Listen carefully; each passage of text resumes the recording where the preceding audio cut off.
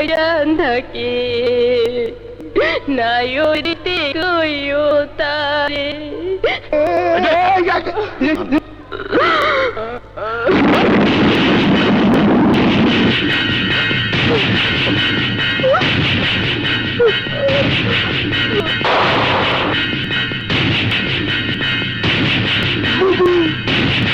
কে তুই?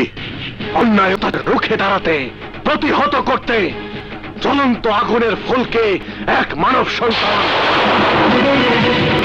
অশান্ত ঝড়কে শান্ত করতে হিমালয়ের মতো এক পাহাড়,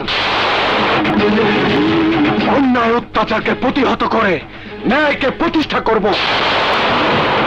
সুদূর নেপাল থেকে হিমালয় পর্বত সাথে নিয়ে এসেছি অশান্ত ঝড়কে শান্ত করতে। এখানে কি চাস?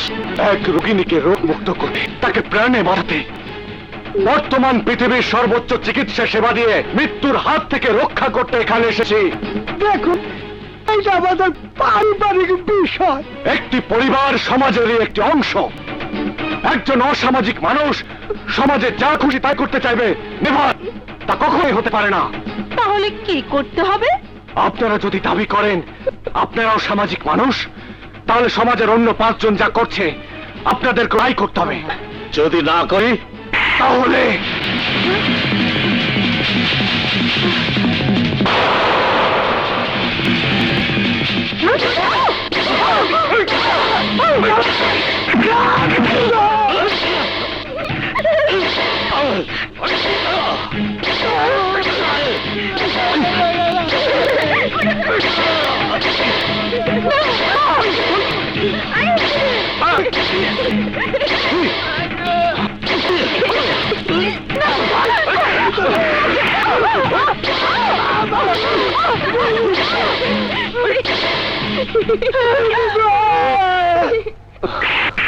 বুবু,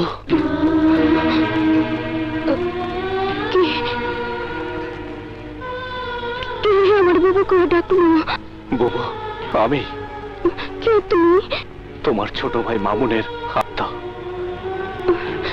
কিন্তু ওরা যে কইল তুই বাইসা আসস, মইরা যাস নাই। আমি যদি বেঁচে থাকতাম তাহলে কি 11 বছরের মধ্যে একবারও আমার বুবুর খবর না নিয়ে পারতাম?